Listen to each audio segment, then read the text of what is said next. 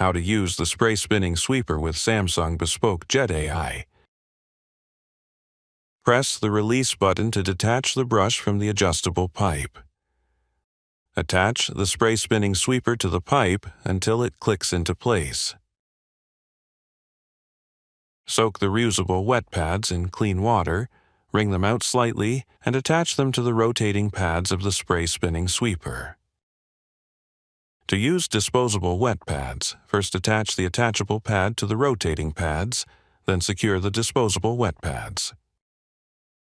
Press the water tank from the back of the unit to pull it out.